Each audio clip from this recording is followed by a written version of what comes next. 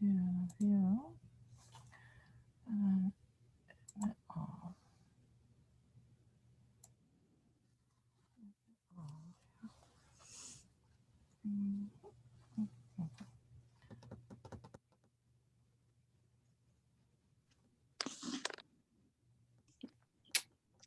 Hello? Hello. Hello, all. Hello.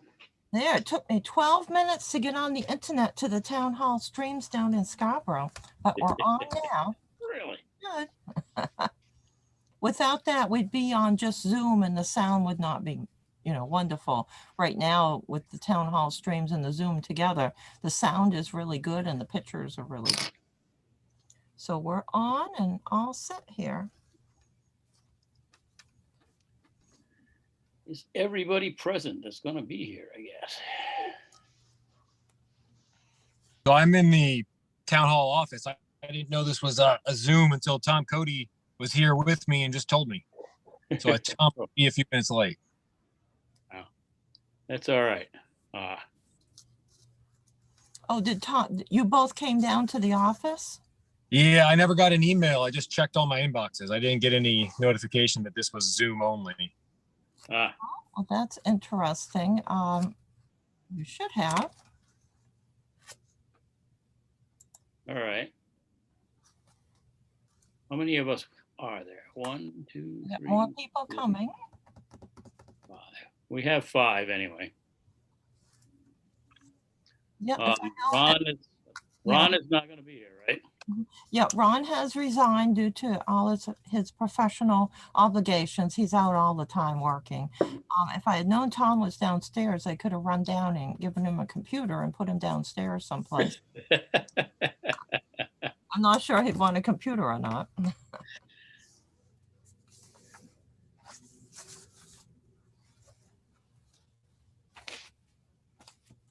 See, most of us got a link to get into it anyway. I found it on the Pittsfield website, the posted agenda minutes. All right, who's speaking? Who didn't get the agenda? No, I've said I found the Zoom link online. Yes, we always put it on there. This is Nate Picard, by the way. Yep. Is Tom going to be at the meeting? And Nicole?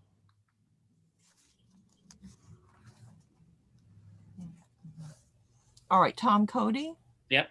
Yeah, I hadn't heard that he wasn't attending, but since he came down to the town office, he may not go home and, use his computer. I'm not sure. Yeah. And Simone, we hadn't heard that she wasn't attending. She thanked me for the legal opinion, so I thought she was. Yeah, it's just on the agenda as it originally was given to us. It said it was going to be at the town hall. Yeah, and that should have been corrected. It was, but if you didn't check your email, you wouldn't have known that. That would be it. Yes, this is true. Yeah, the code officer and our new assistant are working together to put everything to make it as easy as possible during this transitional period while we search for a code officer. So they know a few things to check for next time. Yeah.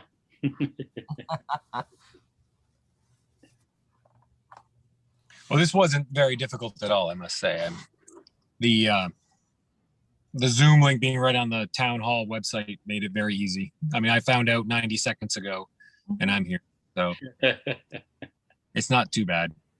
Yeah. All right. Yes, thank you. Yeah, it works really good. I've been surprised with the Zoom meetings with the town hall streams. Our meetings are like a fourth or a third of the time because we just do the business instead of all the talking that sometimes can go on at meetings. Yeah. Could we start the meeting? That way we could. Certainly you can, and I'll start recording right now. Do you want to show the flag so we can salute the flag like last time, or? I tried to do that. The assessor deleted everything. He even deleted the Zoom thing off his computer. So let me go see if I can put it in front of mine. I'll be right back.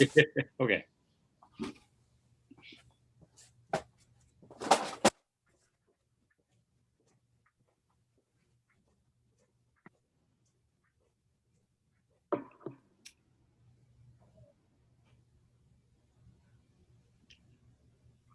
The assessor deleted everything.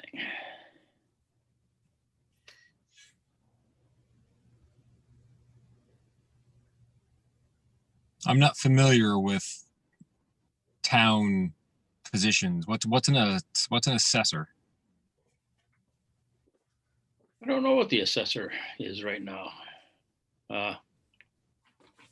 Steve's quitting.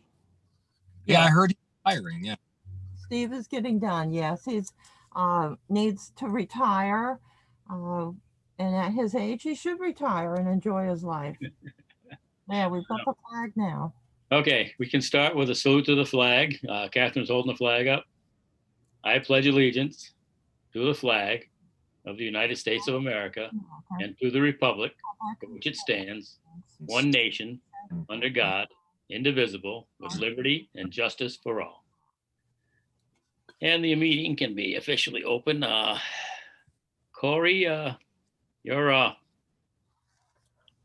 to slide into a permanent position, but not tonight necessarily, but for all intents and purposes, you're a permanent member right now. That'll work. Good enough. And we can adopt the minutes if there's a motion to adopt the minutes from the March 15th meeting. We can go through that. If does everybody have the minutes in front of them? Did everybody get this packet of material? Yep. So if we could have a motion to accept, or a motion, or we can, a motion to accept or amend the minutes. Oh, here's Tom. Yay. Well, I could make a motion that we accept the minutes. How's that? But I need a second still. Seconded, Royce.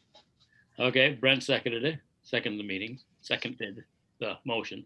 Is there any discussion on the minutes? Okay, unless doubted, it's a vote and the minutes are accepted. Move on to the next item on the agenda. Public hearing, there is none. So we got new business, and that's a request for Nate to actually 2 site plan reviews, self-storage building and a shooting range. These site plan reviews, I don't know if everybody got them in the mail, on your email. The one that's in this package of papers is not the one. Mhm. I think the ones that are in the binders are incomplete. So I got to kind of do this in a bunch of different ways. I got to have more than one computer in front of me here.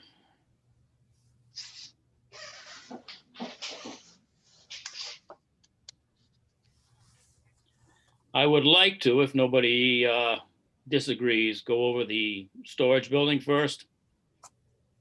Mhm.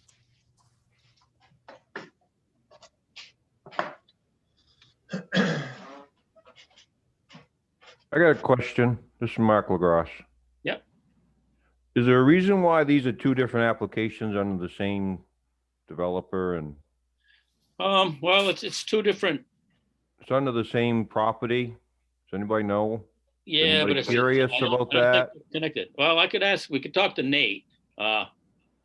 He's going to have his say first before we get involved. And that would be one of the questions. Is the shooting range going to be a commercial enterprise, or is this going to be a private range? So it's certainly commercial, but it's a members only club. Okay. So it's not.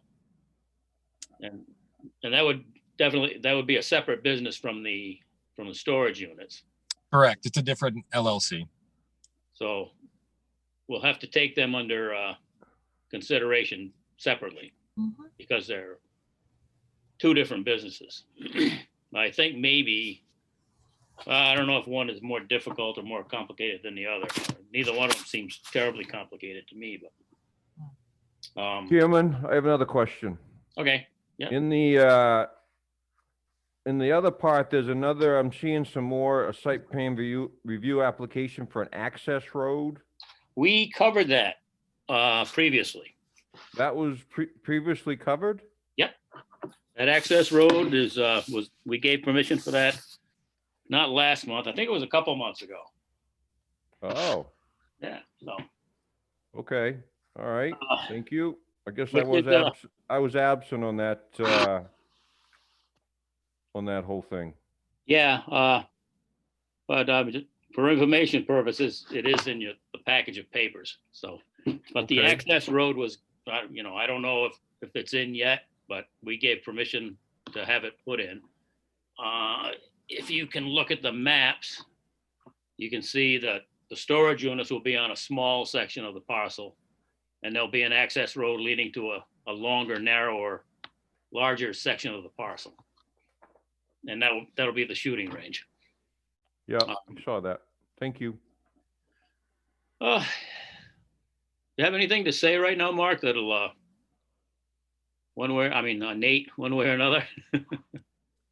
I mean, thank you for hearing out my pitches tonight. I guess I've got something to say about both plans. I guess I'll hold my tongue until we get into it.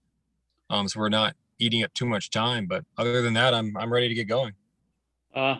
Yeah, we can deal with the storage right now. Sure. That is actually a building, I think maybe. Like I said, I don't think either one of them are very complex, but and like I said, the review is online. As long as everybody's got Google Docs in front of them, and they can either pull it up with Google Docs or PDF and read it. If you can't, you can kind of say so and just kind of follow along with us. I don't have a copy of it in front of me. I was hoping to actually grab one of the 12 copies, but I wrote them, so I'm pretty confident that I'll be able to follow along. Yeah. Is there a way that Nate can get a copy of this site plan review? So I could put it up on the screen, but it's gonna, may make it harder for some of you. Yeah, and I think, are you on a cell phone right now, Nate? Yeah, I am. It would be hard to read too. Yeah, I'm not gonna- physically at the town hall. If I could, if they're physically in that building, I could grab them. I don't know, Catherine. Is there a copy of it? I can go in. Are you outside the town office right now? Yes, I'm right. Sorry. Do you want to come inside, or are you all set where you are as long as I get you a copy of the application? You can go in the meeting room. We won't see you. You'll have to bring your phone in with you. You know what? I have good reception out here. If you could bring the copies out to me. All right. I'm in the basement wondering if I have reception. Okay, there'll be a small delay when I go get this here. I think we can actually start on it. Yes, go ahead. All right, let's see. We'll start with section 7. I'm reading off my computer. I got a tablet right now in front of me, and that's what I'm reading from. Section 7. I don't think we have anything that's questionable. Has everybody read through these? We can dispense with the public hearing issue right away if everybody's already read the review and understands it and doesn't have any serious questions. There's a few parts we're just going to have to answer just because they look for answers in the review as it's written right now. Can everybody hear me too? Yes. My wife says I mumble a lot, so. Okay. Does anybody find a reason to have a public hearing on these storage buildings? And if not, we'll kind of just dispense with that and let it go. And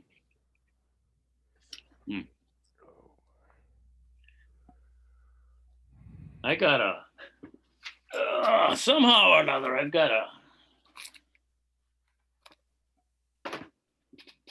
put up a paper copy of this thing, so I'm gonna have to go into these notebooks, whether they're complete or not.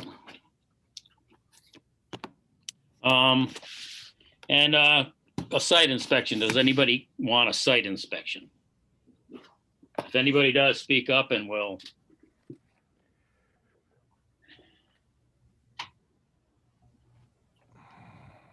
A site inspection is necessary, then good.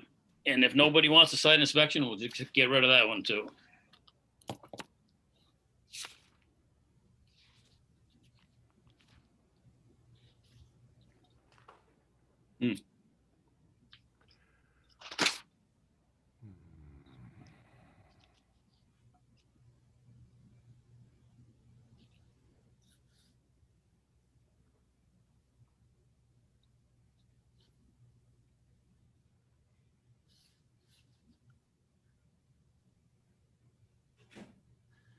Yeah, I can see why they sent everything, but makes everything confusing for me if I'm going to try to give you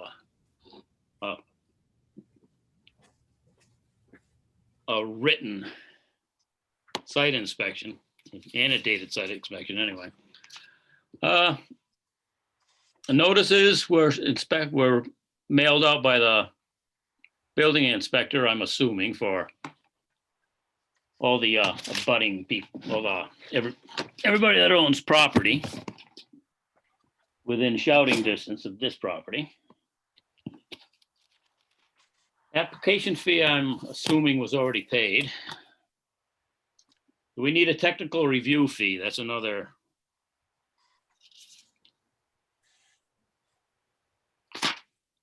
Another question they ask, and if anybody wants the technical review fee, they can say so, and otherwise, I'll leave it as none. Review fee not required. Yeah,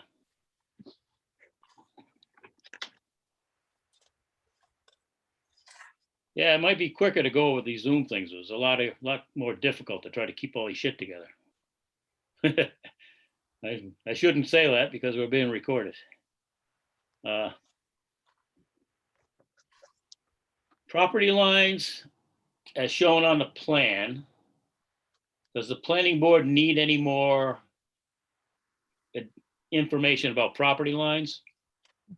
Oh, there's Simone.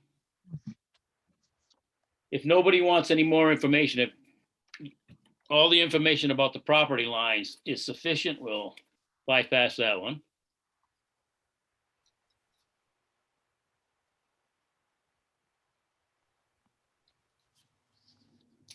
E, where am I? 81E.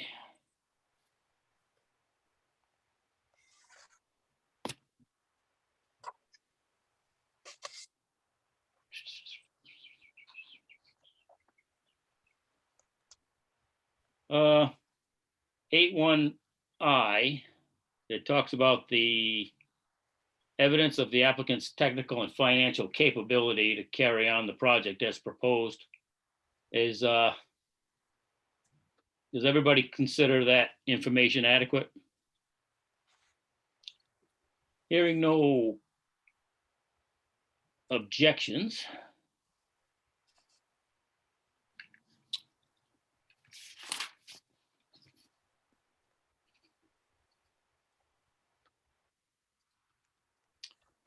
The existing conditions are, now here's something that, this is not a big deal.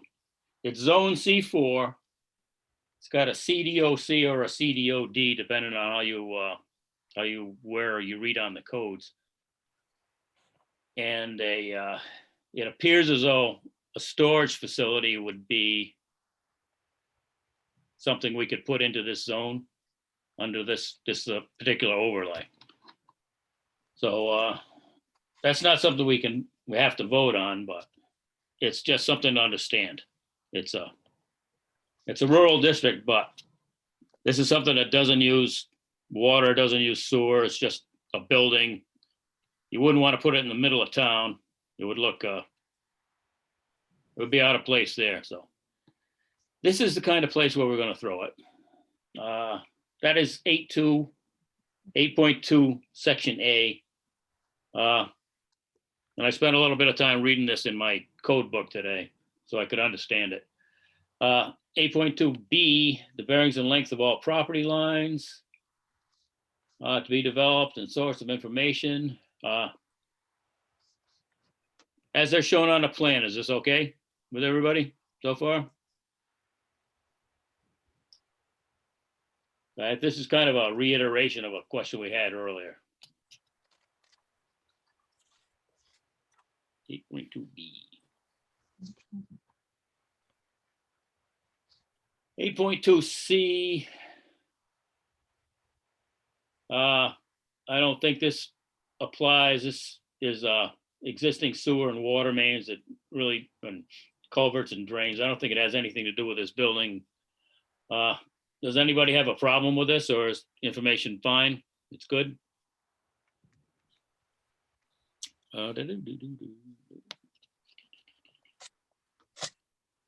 BC.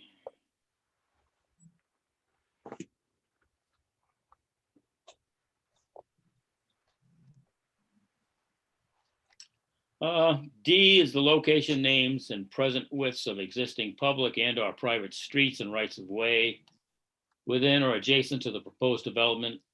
Is this information okay with everybody as it's presented? That would be 8.2 Part D.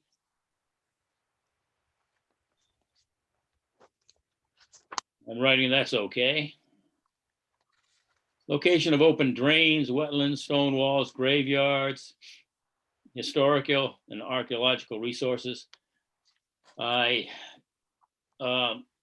can say that's okay, or we can require that documentation come from the main DEP for permitting this site. So the question, is it okay, or do we want the DEP to get involved and tell us it's okay? Okay. We have sufficient information. That's 8.2 Part H.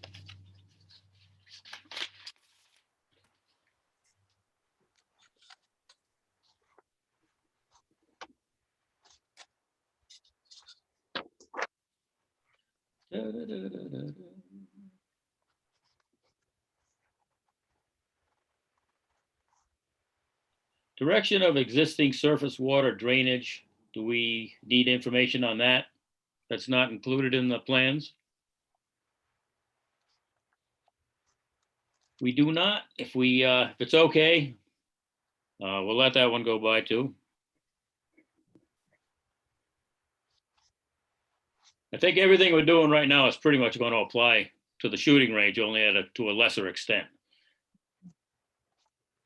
Let me see. 8.3 Part B, direction of proposed surface water drainage across the site. Do we want more information, or are we okay on that one? 8.2B, we're okay on that one too? 8.3B, sorry.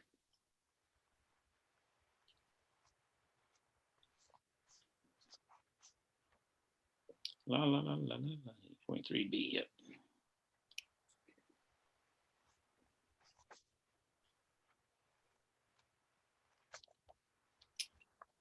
.3J, a general description of the proposed use or activity. Is that okay with everybody? If not, say so. Otherwise, we're going to go by it.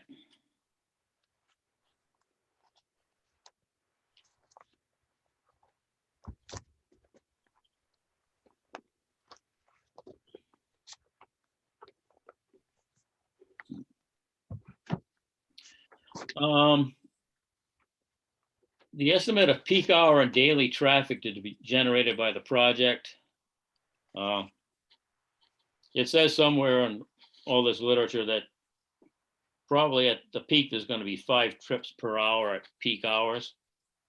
The peak hours are midday on the weekends, which makes sense. Is that information okay with us, or is it, do we want more? I'm just looking at everybody's faces, so I guess it's okay. The approval block, I don't know if I got one, but The approval block, when I went in for that road, I had on the actual physical map. yeah. So it's on my concerning accuracy of information, attachment 7, I believe. So there's no approval block there for signature. Okay. We're actually probably gonna have to go to the town office and deliver this to, well, used to be Steve. I don't know who else is gonna want it, but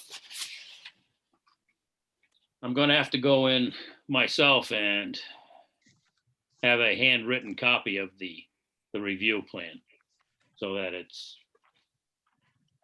can be filed.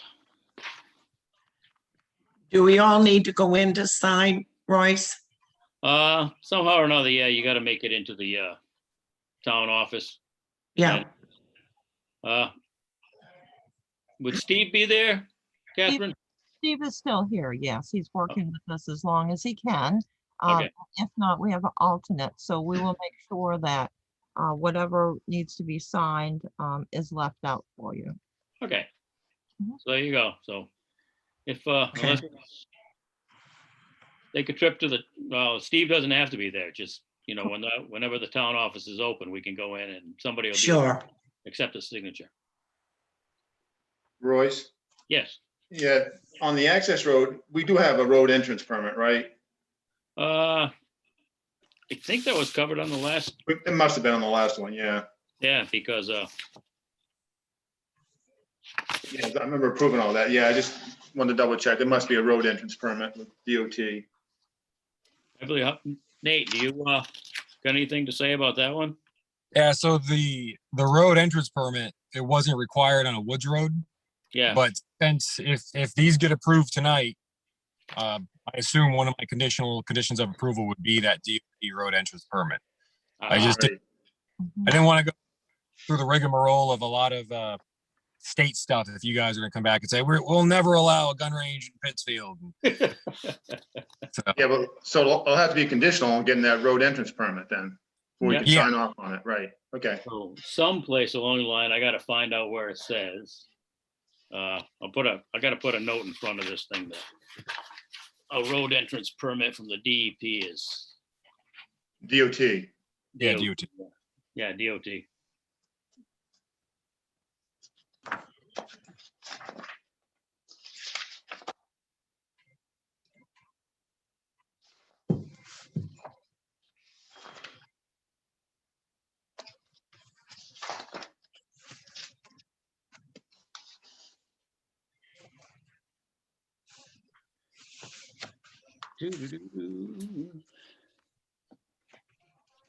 Then I can go back and find out what category to actually put it in there, but. Our approval block, we're all gonna go into town and into the town office and do that. Utilization of the site, do we require more information about how the site is gonna be used? And right now, we're just talking about storage. We haven't gotten into the range yet. If we don't need more information about how the site is gonna be used.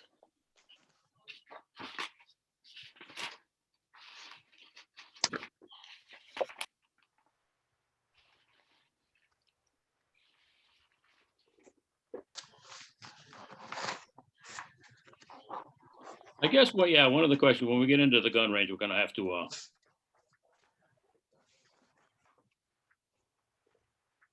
maybe look at the road that goes from one end of the property to the other, but utilization of the site, that's okay. Adequacy of the road system.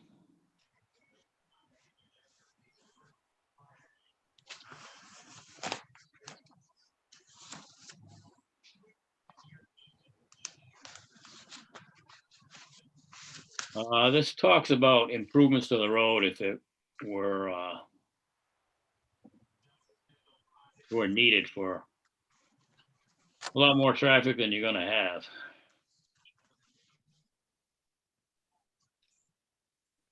So the road is actually we put it in that Woods Road, Yeah, where when the ground was hard, we put down some non-woven geotextile fabric, and there's at least 12 inches. In a lot of places, there's more of 3/4 crush out of B and C. So it's not a bad road with that geotextile under. It's not going anywhere. The main thing I wanted to point out was it's not 2-car width the whole way. It's a straight shot. You can see the length of the road the whole way down.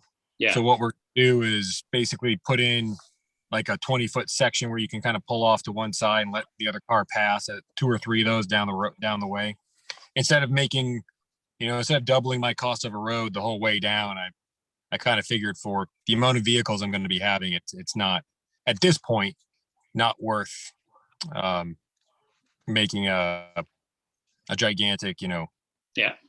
gravel road. And you said this was gonna be a membership club? Correct. No. It's not technically gonna be a public road. Sure. Where am I? Any driveway, okay, I'm in 9.3 Part A. Any driveway or proposed street must be designed so as to provide minimum sight distance according to the Maine Department of Transportation standards to the maximum extent possible.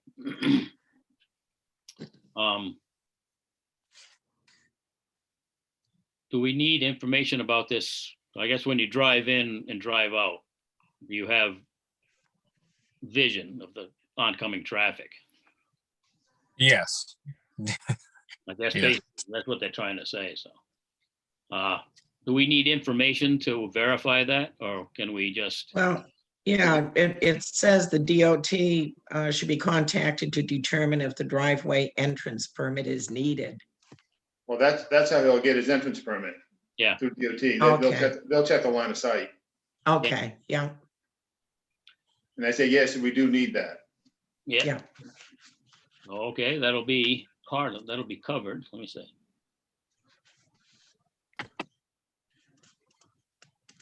Nine point three A, that's covered in the entrance permit.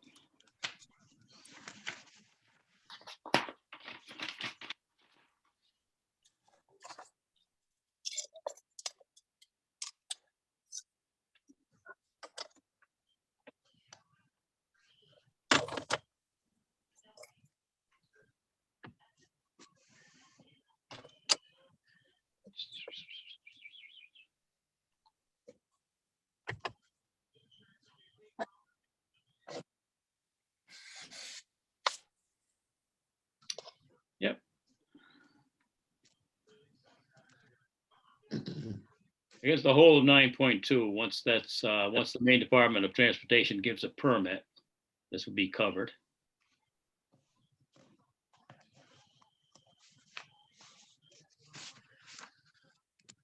Oh, the lot frontage doesn't have 2 or more streets. I don't believe. No. 9.3 Part E would be not applicable.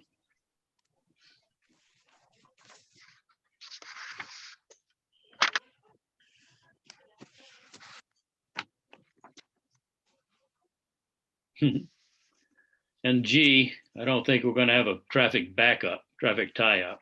So I'm gonna write non-applicable for Part G, 9.3.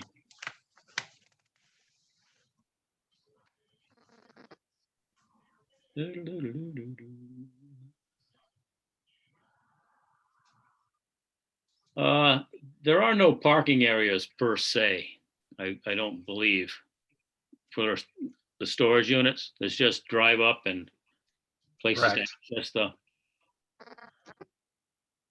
So parking layout and design is not something to worry about.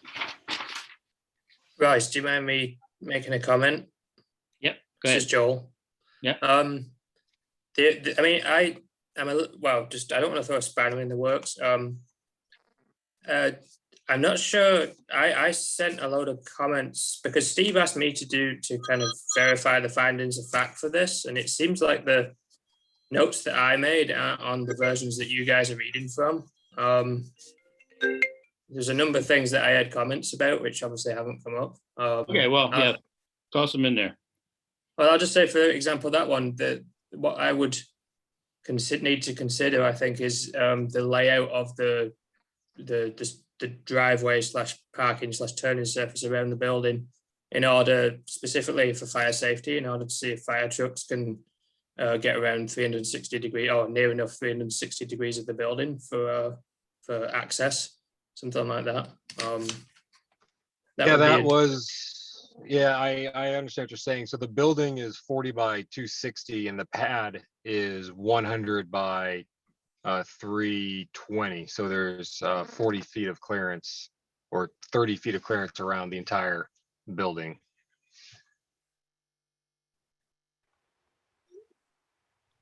Is that okay? Well, yeah, I mean, yeah, so I mean, does the fire department have any input on these plans in terms of like signing off the general safety, or, I mean, would they be able to get one of their big fire trucks around the back, for example? I mean, I can't speak to that directly. That's just usually one of the considerations that we look for in reviewing site plan. Yes, the fire department, the police department, water and sewer always get a copy of the agenda, and then they explore the applications if they feel there's a need to do so.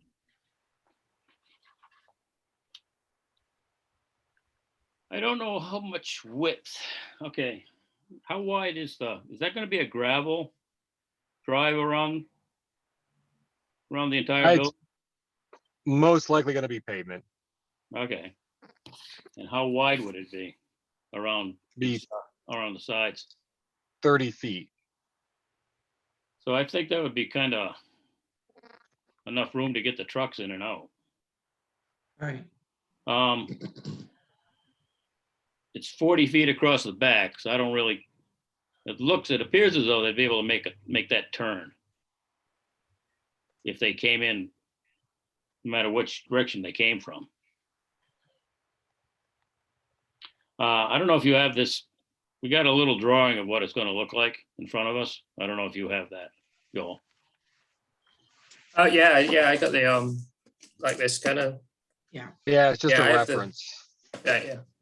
I mean, I'm not. I mean, I don't. I would just say I don't have a turning radius for the town's fire engines. I'm going off a guess that it would work. If the town says it needs to be 40 feet of clearance around each end, we'll put 40. If they say it needs to be 60, we'll put 60. That's all I can tell you. I don't know the turning radius of the fire engines. We can put that as another condition that the fire department will okay it.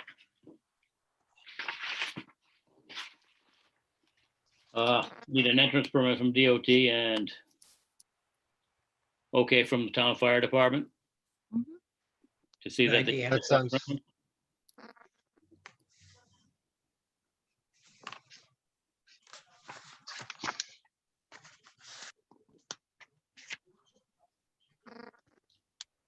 You got any more comments, Joel, before we wind down? I mean, similar to fire safety again, is there going to be any fire protection systems in the actual building, like sprinklers? Well, I know there's no plumbing on there, so. No. This is a basic self-storage unit. There's no habitation.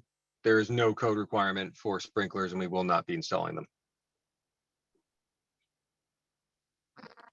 And just, and forgive me again, I'm not sure how detailed you guys usually go to in your review, but do you usually require specifications of the construction of any new kind of driveways and pads and things in terms of like cross sections and depths of, you know, your gravel base and then your top, or do you usually just, I don't know how much detail you usually require as a board. It'd be just to get a, you know, information about the construction details for any new roads and impervious surface areas. Well, that's a good question too. I'm trying to think of, normally when we have a plan, it's all laid out Mhm. and all the cross sections are on prints. Royce, Yes. is this considered commercial construction?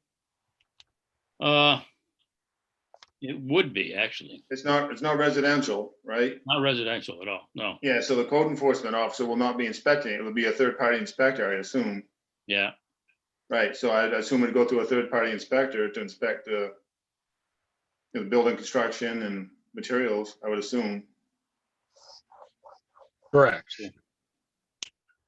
But didn't we waive that technical fee from the get-go? Technical fee. Yeah, we did. You waive the technical fee, but the third-party inspector is hired by the individual to help them build their buildings on any commercial or industrial property. So that's something that's separate from the technical fee. And where is that line item then? It wouldn't be a line item, it's a requirement of the town, any commercial or industrial property. And if the government does anything, we have to have a third-party inspector. So there's an engineer that works with us to make sure that it's done correctly.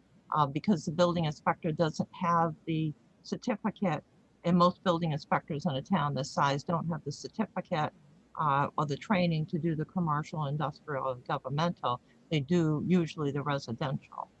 This is pretty typical of towns up in this area. So that's something general. It Oh, wouldn't have anything to do with the technical fee in the site plan or the subdivision item. Right, I think the third-party inspector will report back to the code enforcement. Right, yeah, and the owner pays for that third-party inspector. Correct. And they're actually very helpful in Yeah. making sure the project moves along quickly and everything's done properly, or if there's items that you have some jurisdiction over and whether you put them in or not, you know, they give advice and everything.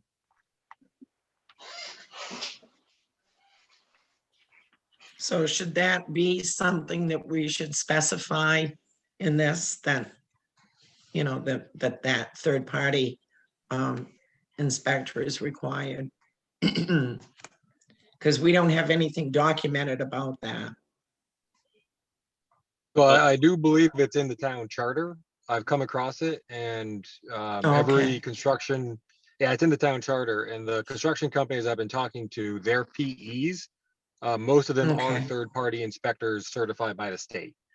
Okay, sure. So that's how I'm gonna meet that is, you know, whether it's McGinn Construction or I might get LaJoy Concrete to do the third party, but it's Okay, it's not unheard of, and it's captured in the charter, even though it isn't captured in sections, you know, Okay. 7 through 9.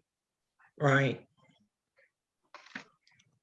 Yep. Be part of the code, but not part of what. I think that's part of the building permit process anyways. Mhm. Okay. This would fall under MUBEC, the Main Energy Uniform Code. So although we don't like that document, we do fall under it. And it has a lot of requirements, so it would pick up many items that you're talking about this evening.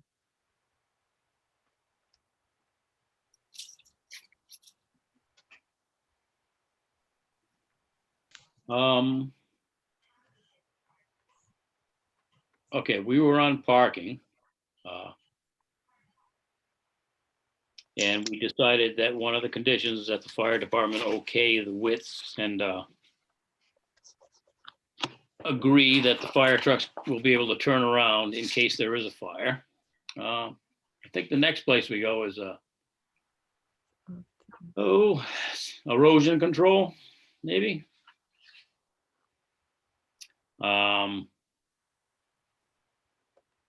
Do we need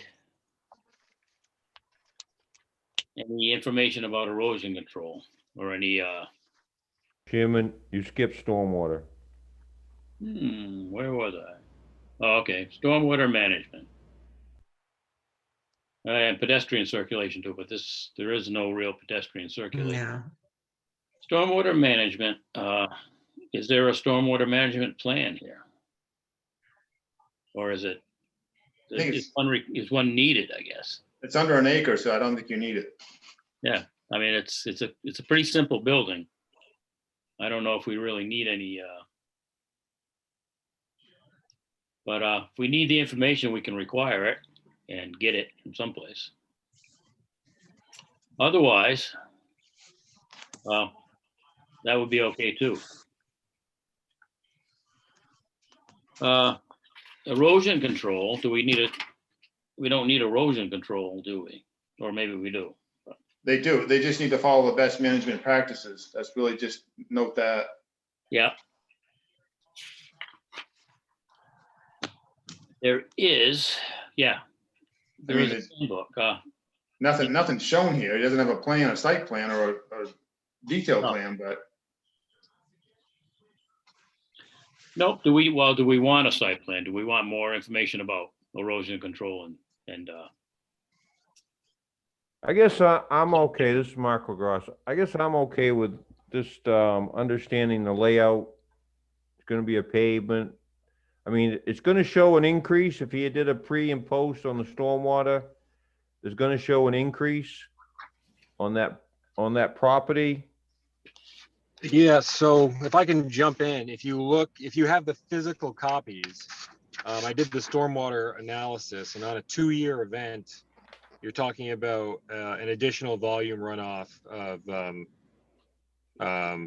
under 4,000 cubic feet, which is not much. I understand that it is a slight increase, but it's on the scales of stormwater runoff for a site this size. If you look at the hydrology map provided, it's very minimal, and it won't affect the flow of the natural flow of the water. are we considering the whole site or just this individual site? I mean, if it's over an acre, then you have to do a stormwater management plan. And that has to be done by a professional engineer and stamped.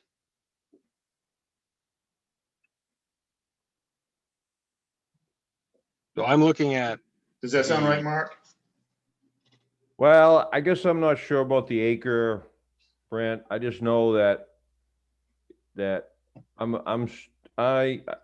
two different site plans on one site, and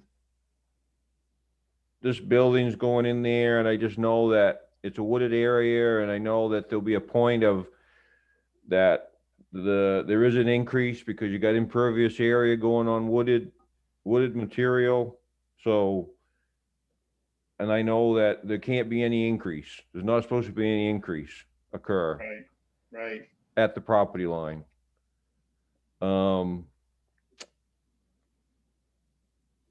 I feeling like there's a specific danger out there that there's going to be some type of bad site conditions in that sense? No. I mean, I look at this as somewhat of like a little house or a house going in, but maybe I'm being too minimal about that, but No, I agree with what you're saying. I mean, I don't know. I guess if everybody's okay with how this is being presented and for the storage building out there, we continue with it. But if there's been past storage buildings where the planning board has asked for a site plan review and a stormwater management stamped analysis, then we probably should do one. Right, but I think if he's less than an acre impervious area, then you don't need one, I believe. I don't know if we can waive that or not, if they are, I don't know. Well, I suspect he must be pretty close to, well, maybe not an acre. No, I don't think it's about, what, No. 30,000, Yeah. 30,000, okay. I guess. Well, what's everybody else say that's been on the board longer than I have? I don't know.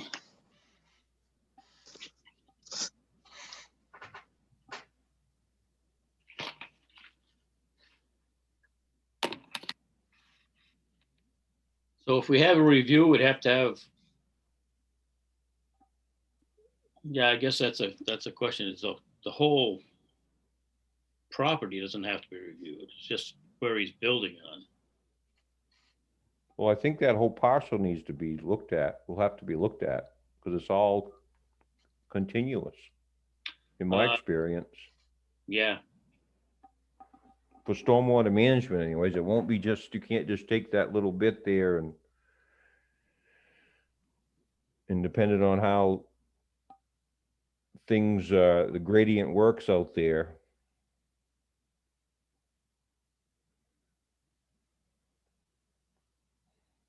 Even though we're looking at it like a building a house, it is a commercial project, and so we have to keep that in mind that, Yeah, you know, if there needs to be sufficient runoff just to prevent further problems or even problems with other property owners.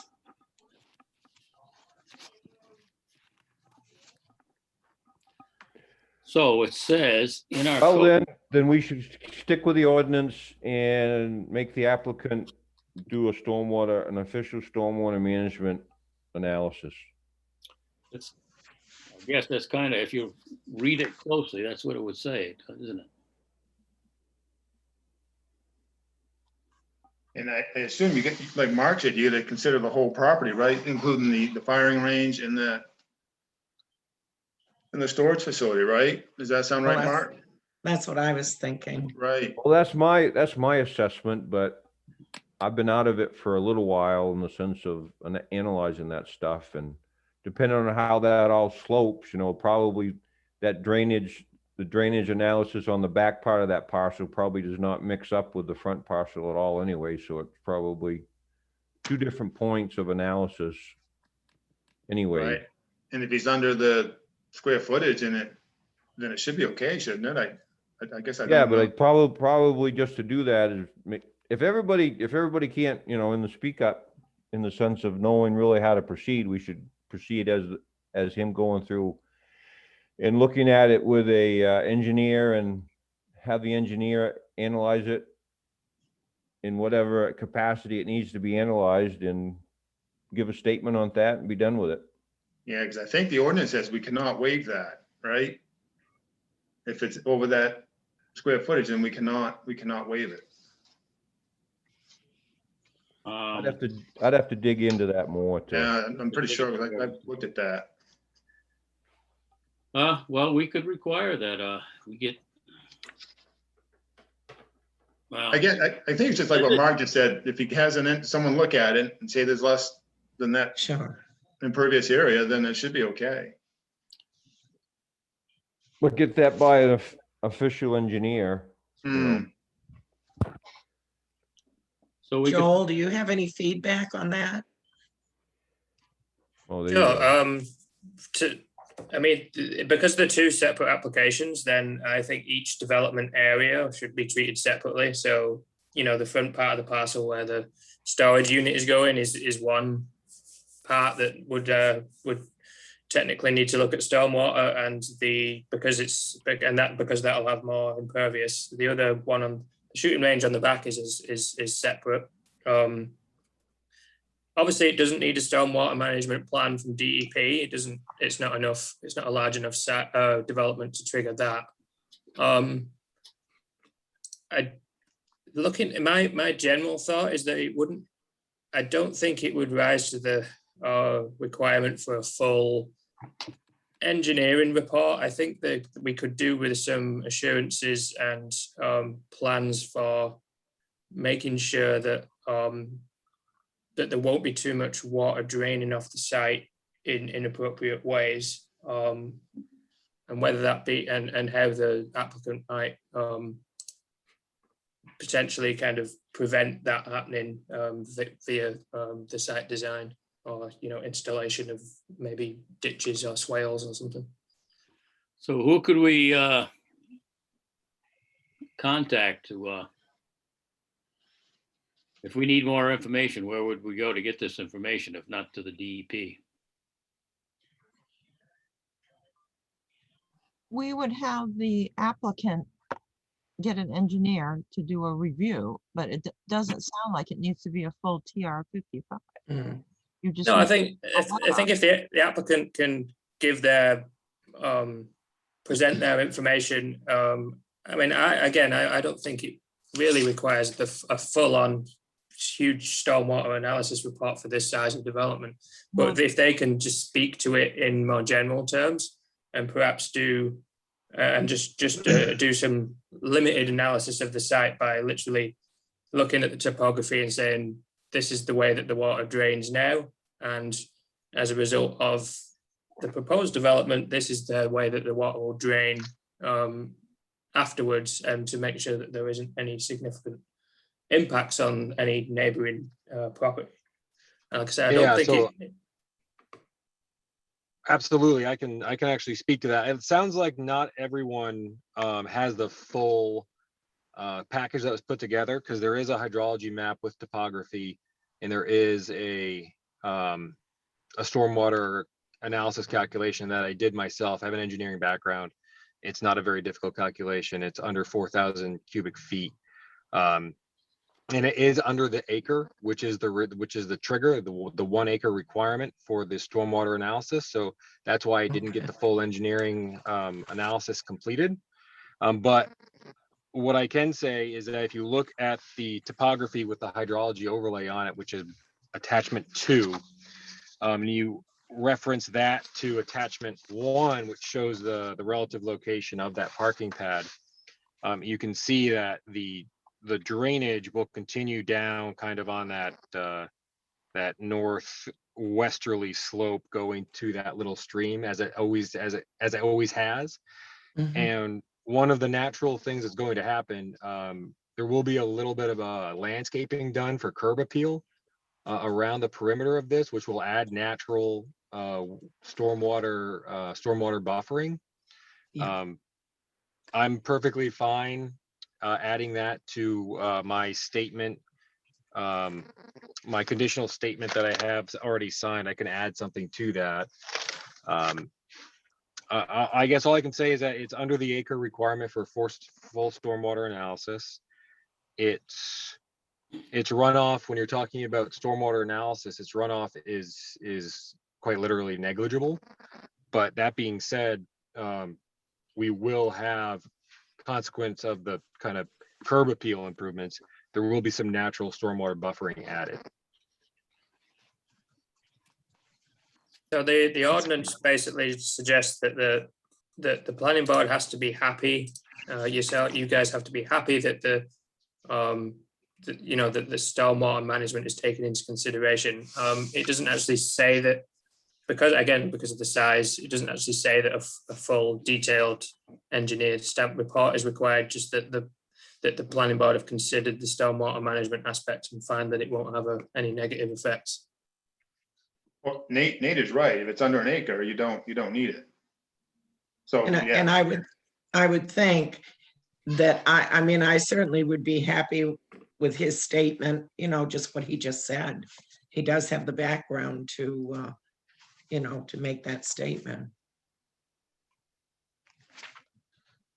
So the question is, do we want additional information? Do we want more information than Nate can give us from somebody else? Or, I don't know. I'm satisfied with what he said, and what he took into consideration. And I think that if he puts that in writing, somewhere, it'll just reassure anyone later that we did look at that and we didn't just ignore it. Yeah, I agree. Mark LaGrosse agrees. anybody else got any comments? It says that best practices will be followed, and are we satisfied that Nate's going to follow the best practices? I Yeah. am. Yeah, I am too. Yes.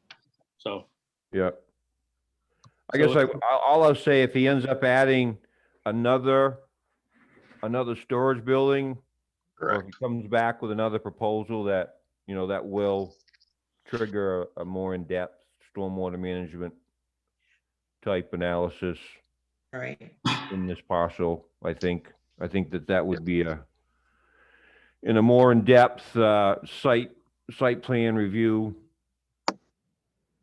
with yeah, a I nice agree. site plan with grading and that type. That makes sense. can we move on to the next one then?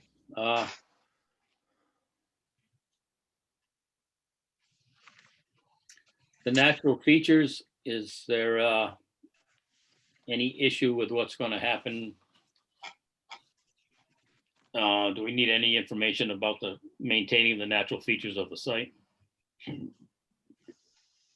guess I have a question for Nate. Are you planning on stripping out all the trees right in front of the storage shed itself and the buffer? Or are you gonna? So leave the nat- there's, if you drive by that map 4 lot 24 right now, there's probably a couple hundred feet open at the drive right now where you pull in and out of. Yep. And a couple years ago, I cleared out 5 acres up front, and I left a buffer of trees, probably 20 feet thick on the road. Mhm. So as far as the neighbors are concerned, in the spring through the early fall, before the leaves fall, you won't see anything through the tree line. Yeah. So the answer is it's already been harvested. I did that a few years ago, and I do not plan on removing that buffer unless you guys tell me I have to, but I don't see that happening. Yeah. Okay. Thank you, Nate. Thank you.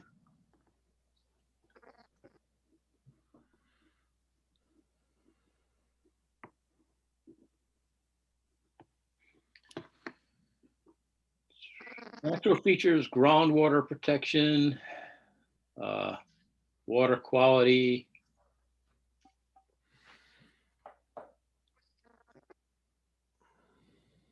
Well, this doesn't really apply to this project, does it? You know, I don't think anything from here on. Right, water and sewer, yeah. There's nothing nuclear on there or anything. Just the assumption, I don't know if there's a policy on storage units about what could be stored in them. Just, I don't know if, obviously, you're not allowed to store hazardous materials in the storage units. Yeah, there are legal requirements which we will adhere to.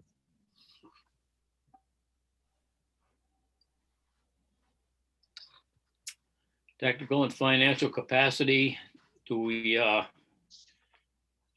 everybody in agreement on that? Or do we need information about, finances and technical ability? If not, solid waste disposal, how much solid waste would you consider you're gonna generate in this place anyway?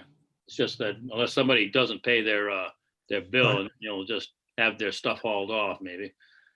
Yeah, correct. So the people I've talked to in the industry basically said, don't put a dumpster on site. It'll be greatly abused. So what we'll do is we'll do that on one-off situations. If stuff gets dumped, if we need to empty out a storage unit, we'll bring in a bolsters, roll off, and take care of it that way.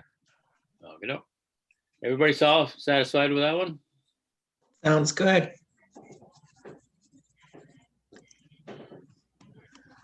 Historic and archaeological resources, floodplains, use of public roads. I got a feeling everything else is right there, and I'll have to go to the town office myself and sign the application approval. But right now, we can. Guys, talking to signs, do you guys consider any potential signs in design and size, or does Steve usually deal with that separately? I didn't see signs in that is one of the things that normally comes up, but Unless I just went over it. It is in there as part of the ordinance. I'll find it somewhere. It is in there because I remember seeing it. There are, there are standards for the signs of size and location. I don't know, that and lighting too, which we didn't go over. So under the submission that the application I submitted does cover all of that. And so there are plans for a sign visible from the road on with the appropriate setbacks to, I don't remember if that's 25 or 75 feet, but it'll be PVC, metal and wood. You know, it'll be lit. And will also on the self-storage unit, right now it's every third unit will have an overdoor light and one main light off the pole that's dropped, just for safety and security reasons. And that will all be hidden in the woods. Correct. Yeah. If you're driving from south to north, you'll see it, but there's no houses from that angle right now. Driving from north to south, it'll be completely shielded from the woods. Now, the storage units themselves will have lighting, won't they? Yes, correct. Blum, blum, blum, blum. So is everybody happy with the lighting and the sign situation? Well, I didn't really. Has the size of the sign been okayed by Steve? Is that all set? No, I haven't talked to Steve in details on the size of the sign. I think we had one conversation on signs about meeting the requirements, and that's, I mean, to be perfectly honest, whatever the rules are, I'm going to follow them. The sign is the least my concern. Yeah, I think he has to get a permit for the sign. Yeah. Too, yeah. Oh, okay. You'll know how big you can make it. Yeah. It's pretty much straightforward. But I don't see anything in the application that questions the signage or the lights, so I assume they were okay. So now we can take unless do I have any more questions or any more questions for Nate or any more discussion about the review plan? If not, I can take a motion to approve it with the conditions that the DOT permit be had and the town fire department be contacted to approve. I'll make a motion that we approve it with those qualifications. Is there a second? I'll second it. Mark McGraw. Okay. All in favor, can raise your hand, say aye. Aye. Aye. Good. Then it's passed. Now we can go to the firing range, which. So I only have one question on the fire department approval. I'm not familiar with the Pittsfield Fire Department kind of rules. Do I need to go to the chief or exactly, I guess, who in the Pittsfield Fire Department should I be contacting, or should I just call the office and get direction from that tomorrow? Catherine? What we'll do is contact the fire chief this evening. I have something else I'm working with him on, and tell him that we'll need the fire department to look at your application. He can come in and look at it, and then give you a call and talk to you about it. Great, thank you. Hey. La, la, la, la. Okay, the next one is the gun range. And this is, it's not gonna be a commercial enterprise, it's gonna be a private club, so it's gonna be a different animal altogether. Mhm. There's no building that I can see. But yeah, Nate, you can talk about this one too, and you can give the rundown on. Yeah, sure. So it's a large chunk of property. It's depending on who you're talking to, it's 86 acres or more. and the back section is it's over 3,000 feet kind of diagonally across it, and you're able to from a high point shoot across and have a good 1,000-yard shot. So what we're going to do is go in and clear the trees out, and it's a natural high spot. We might need to push up a little bit of a berm for a shooting position, and then we'll push up some berms for the different range for the locations for the impact berms. I'll comply with the Department of Energy range berm construction criteria, which I'm familiar with. I've been in the Marines since 2002. I've built, designed, and managed ranges, live fire ranges, everything from 9mm up through shoulder-fired rockets, HIMARS, very high explosives. I understand surface danger zones and safety mitigation. That's kind of how I came around to this, was kind of realizing that there's no good 1,000-yard range in New England, and there's only one other one. So that's kind of how I've got this going. Are there any questions about the range or the construction or anything? Yeah, let me pull up this other.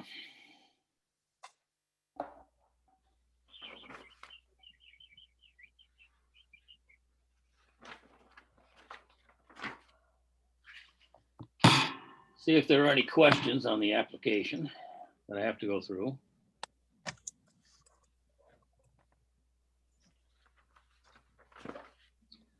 Do we need a public hearing on this one or a site review? Well, we have to visit the site to look at it. If not, we can dispense with the site review and. Well, I guess Nate, I got a question there. I mean, how much noise in the sense of the abutters? I know the abutters aren't here, and should we be looking at that noise wise with? The state requirement is 300 feet from the point of origin for your discharge. So wherever your shooting location is, it must be minimum 300 feet from the closest habited structure. Mm-hmm. And my location is over 1,500 feet. Yeah. Okay. And it's also almost all woods, which will buffer the noise as well. I mean, if somebody walks up there with a 50 caliber Barrett with a with a certain type of round in it, you'll hear it from the road, but it won't be loud. I mean, and we also for safety reasons, again, my background with the military, we won't be shooting at dusk or dawn. It's sunrise to sunset shooting only. So there's no opportunity for people firing off in the middle of the night. And so are you planning on having any lights out there? Is it all going to be? No, it's daytime only right now. If we end up with, thousands of members, and we'll talk about, building eventually. But for right now, it's really just, it's a shooting platform and a place for you to go shoot 1,000 yards. Yeah. Okay.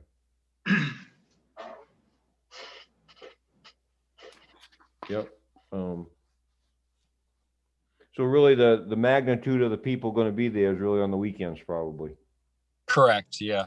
I mean, my other hope is you might see municipality police departments do some of their maybe sniper training. That could be daytime, Yeah.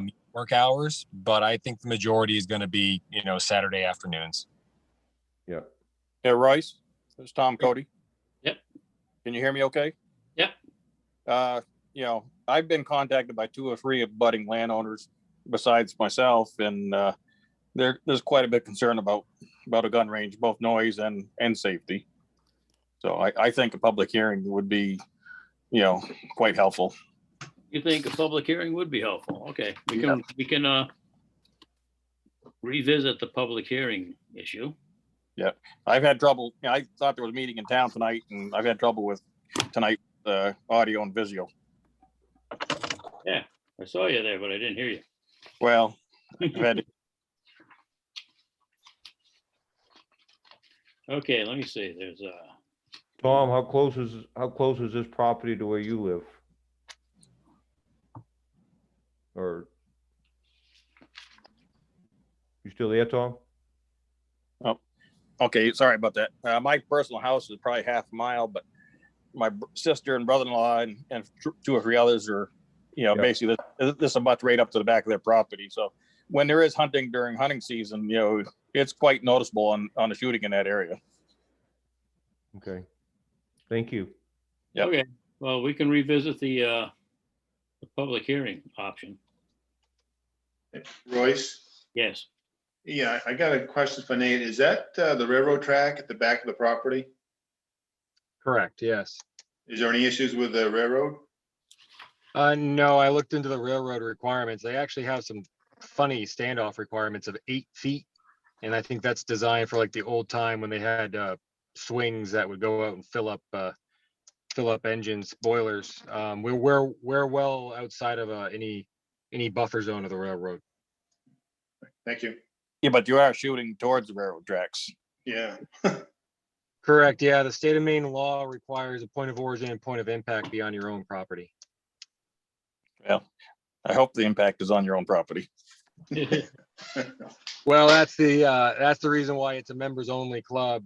People are going to have to sign that that they're competent with their weapon system. And also I have almost 20 years of range design experience and weapons understanding of how projectiles work. Well, and I understand it just most ranges I've seen either go into a hillside or something along that line. This way you're shooting technically downgrade, with no natural, backstop. That's why we would build the berm. But doesn't mean someone has to shoot into the berm. If there's a problem. That's my concern and two or three of the neighbors. So I would. Okay, we got issues, then we'll have to deal with. Right. We can cover the rest of it. Technical review fee, do we need a technical review fee? 7.4.2. No, I guess, Mark, I don't think so. Okay, that'll be okay.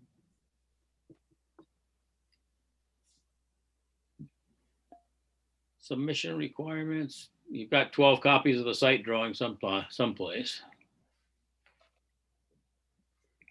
We have a list of abutters, and Tom was talking that there may be issues with some of the abutters.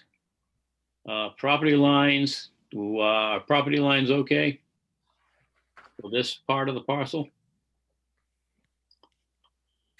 That is 8.1, Part E. We're okay with that one. 8.1 Part E.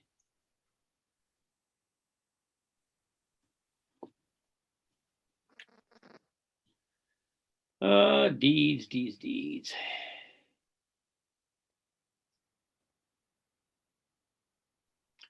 Evidence of the technical and financial capability, 8.1 Part I. Is that okay with everybody? I think it's I. Yeah, I.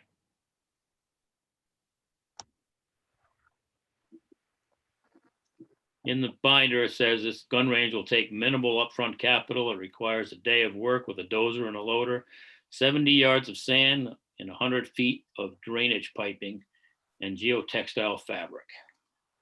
So I'm assuming that's for the berm and back. Correct.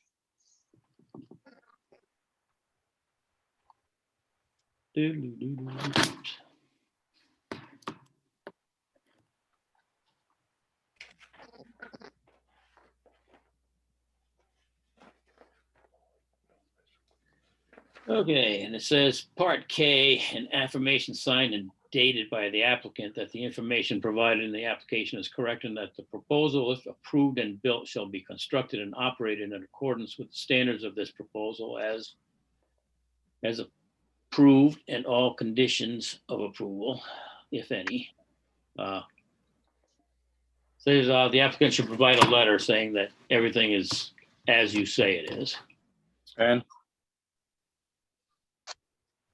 And this, And that's in, that's in the package I submitted. yeah, so that's good. And again, it's in C4 with a CDOC overlay.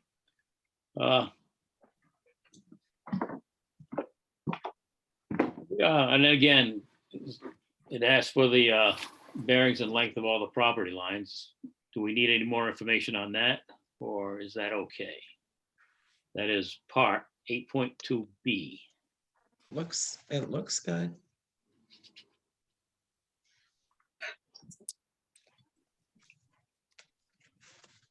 8.2C. Sewer and water mains, I don't think that has anything to do with it. No, Write down NA for that one.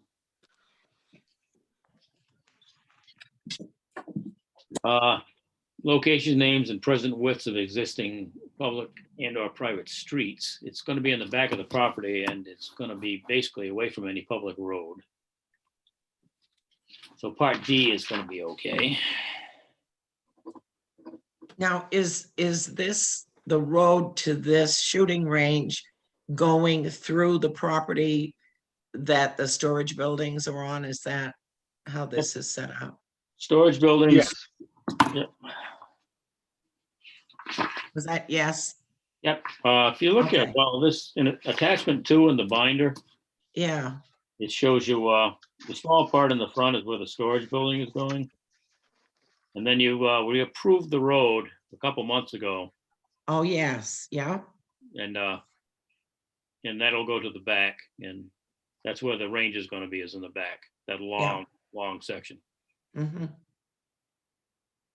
Okay, Da, da, da, da. Okay.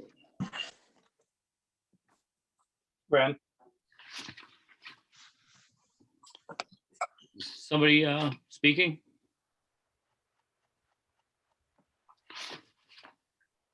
Thought Tom was saying something. Oh, I don't know. no, I'm okay.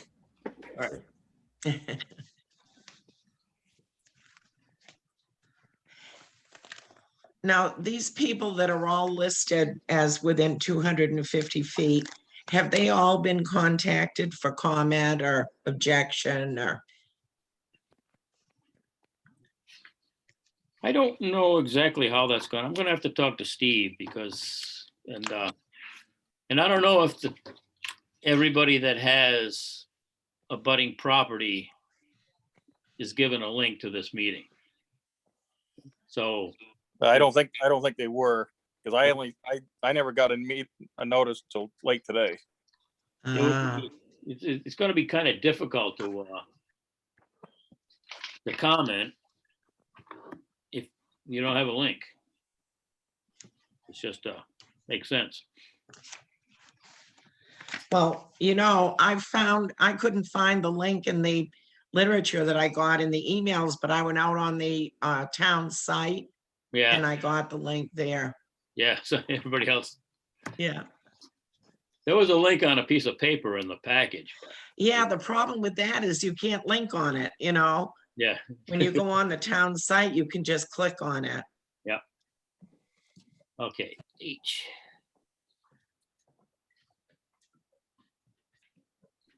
So generally, the code officer sends out a copy of the agenda to everyone. So they would have the Zoom link on paper, which you can type in or go to the town's website and click on it. Right, that's what I did. Yeah, So I believe the letters went out and you have several people that are on here this evening whose names I recognize from the list.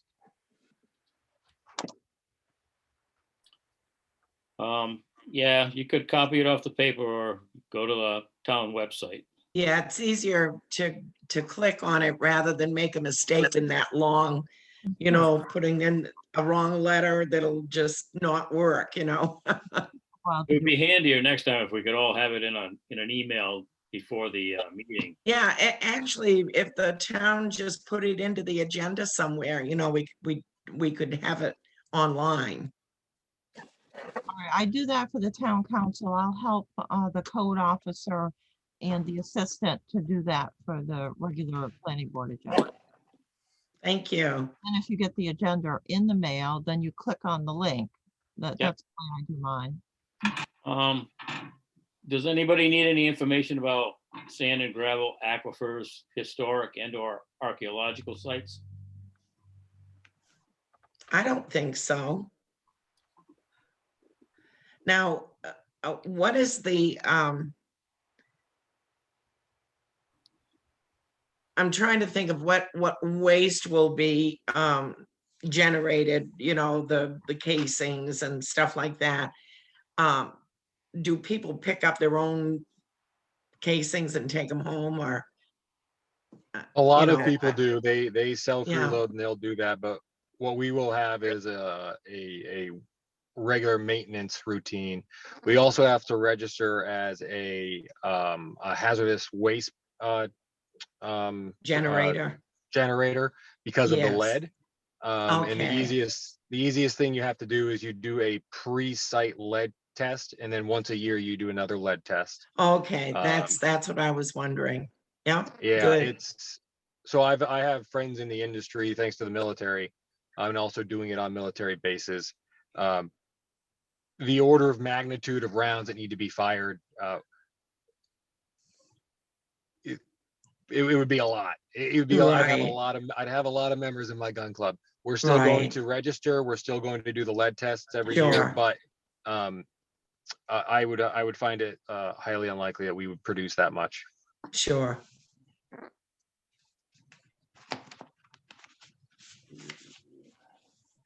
Do we have any questions about the surface water and drainage across the site? It's gonna be a straight line. It's not just gonna take Yeah. the trees out, right? Correct. If I'm understanding it correctly, there's not gonna be any real anything done to the surface of the ground outside of taking the trees out. No, we'll push up some berms and then throw down the 3 feet of sand. Okay, So the Department of Energy controls the design of range criteria for the United States, and that one of their criteria is the impact area requires 3 feet of sand. yeah, And that's simply to kind of, to Tom Cody's point, the wondering what happens to the rounds. If they go into 3 feet of sand, they're not going anywhere. And that's part of that risk mitigation factor. is this all part of the proposal you gave to Steve? Is this all written down someplace? Yes. Proposed activity. And again, on 8.3B, we have a question about surface water. Does anybody have any issues with the surface water, considering what's going to happen to the site? Mhm.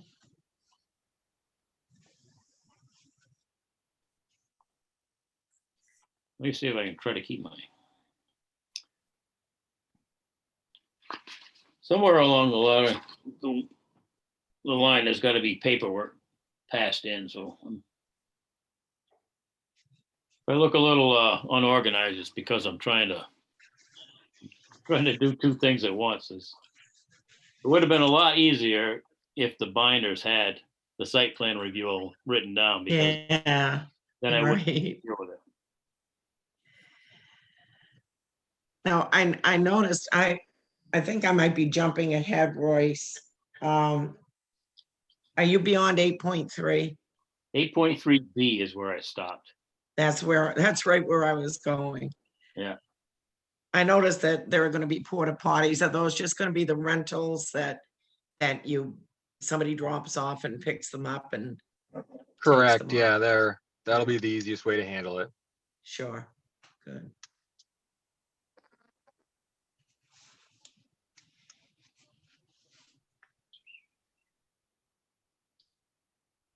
We don't have, a lot of this stuff doesn't really apply in 8.3. Yeah, Landscaping and buffering, if there's a question, ground floor elevation doesn't mean anything. There's probably going to be a sign in the front with the storage, so people know where to go. Correct. And lighting, there's no lighting per se. Yeah, there will be no lighting in the back gun range area. Okay, and general description of the proposed use, we've had that all night. Right. Peak hour and daily traffic, that's just gonna, it's all daylight.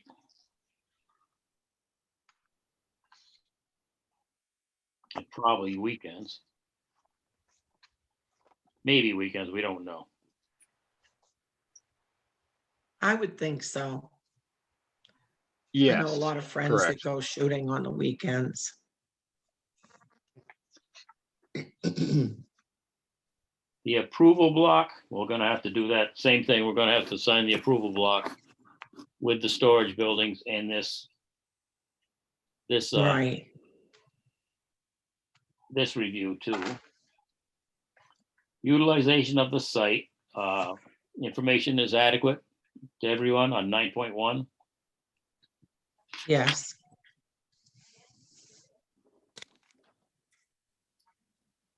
Road system, it really doesn't make any difference. We The road already system is talked. gonna be covered by Yeah. the entrance to the storage unit, and then Mhm. it's just a connecting road. They Yeah. did a good job of describing that road too.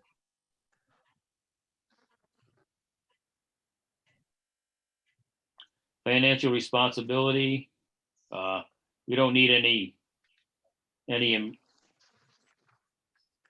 we don't need any guarantee of any improvements or anything.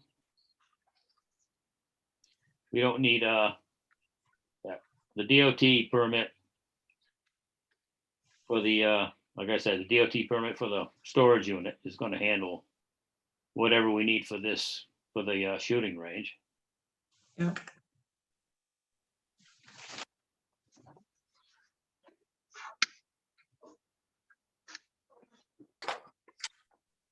And a lot of this toward the end doesn't really mean anything because it's a private access road in and out, and Looks like there's gonna be a pretty large paved parking area there that people, can maneuver around in quite nicely.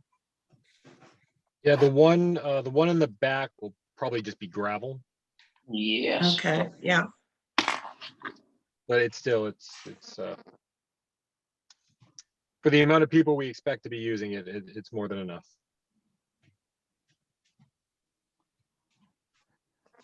So parking layout and design, that's pretty much yeah, easy to figure. yeah. Pedestrian circulation, nobody's really gonna be taking a stroll down there. Erosion control, do we need anything on that? Seeing as how it's not gonna be really, it's no soil disturbance per se. So I can kind of, Well, there's going to be some trees taken out to have a straight line on the range, right? So just Yeah, as long as, trees are gonna be that's all done. but there's no disturbance to the soil as far as I can see as it's built. So do we need to consider the erosion control for this, we're basically taking the trees down for that. Well, as long as that doesn't cause the sail to erode because of the open, the rain's just going to hit the ground there. I don't know whether it needs to be. If you've got a big long strip of no trees, then there's a potential that soil could be affected, or whether it'll just grow up with natural cover, which is fine. Yeah, you'd have to Will, keep, will that be taken care of with the 3-foot buffer of sand? Do you think? So I the mean, point about the trees, so I own less than 100 acres total in the state of Maine. So I can legally clear cut my whole land if I wanted to. And there's no limitation on that as long as like I'm not doing an improvement to the ground, like doing a big building on it. Which I'm not going to do for that back section. I'm just going to cut out the strip of trees, and that's really it. There will be a berm. There will be a slight berm pushed up, so you're talking a minimum amount of material there, and then 3 feet of sand brought in. For the longevity of that cleared site, it will take a few seasons to do, but it will be worked. It'll be tilled and grass planted. Because yeah, obviously we got to control the vegetation to keep from growing. We don't want it growing up and inhibiting the range. So to your point, there is kind of a by default an active management plan that's kind of a consequence of the range management plan for as far as the erosion is concerned. Did I answer your question? I'm okay with that. I would kind of assume, yeah, if you're gonna have a range, you really wouldn't want to have a big mud hole all the way back down 1,000 feet. Correct. Right, that's what I was thinking. So I guess erosion control, we're gonna check off okay on that. If it's okay with everybody else. Water supply, sewage disposal, natural features. How wide is this gonna be actually, the whole range? 150, 175 feet wide, 3,000 feet long.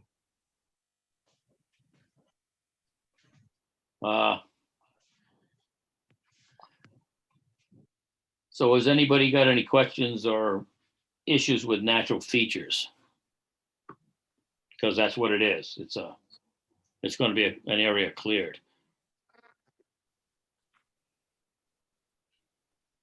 And if not, Good part of that land was open land at one time.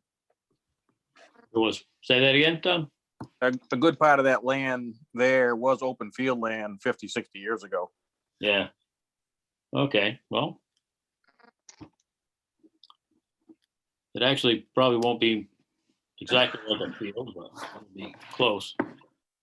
Tom, Yeah, you're yeah. not that old.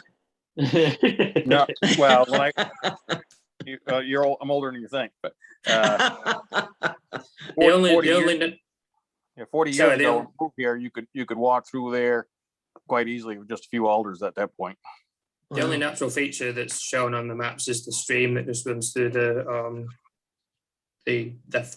towards the end, towards the railroad line end of the property that bisects it there. Yeah, it goes across on a diagonal. It's, it's probably 500 feet to the railroad tracks from the stream. There's actually a much smaller perennial stream down there too that runs halfway down the hill. Those are the only two hydrological features you'll see back there.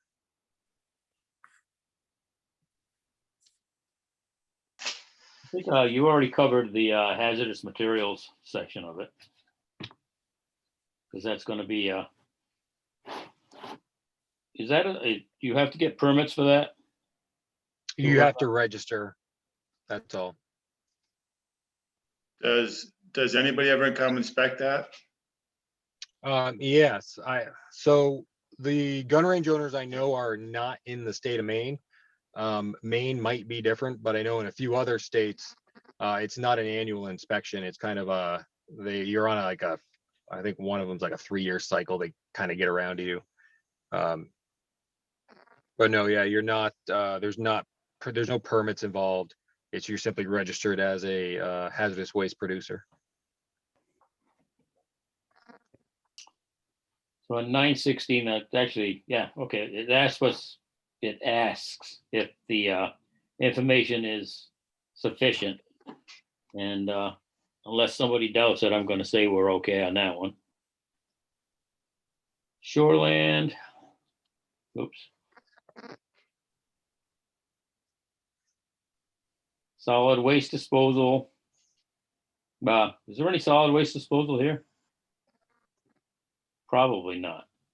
But is there? So what I will add to that is after a given amount of time, judging by the amount of members we have, Yeah. we will practice good range management practices, one of which is basically sifting out the old bullets out of that sand, the old rounds. Yeah. So that will be done. And then there's actually companies that will come and take that from you. So that is the only solid waste I can think of. And it's just part of good range management practices. It will be mitigated or managed. Yeah, there's EPA best management practices for outdoor shooting ranges and lead management, because I know lead is a big issue with wildlife. Correct.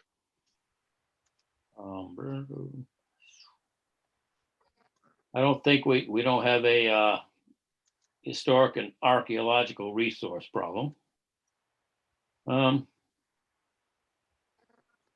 think that may be pretty much everything we need.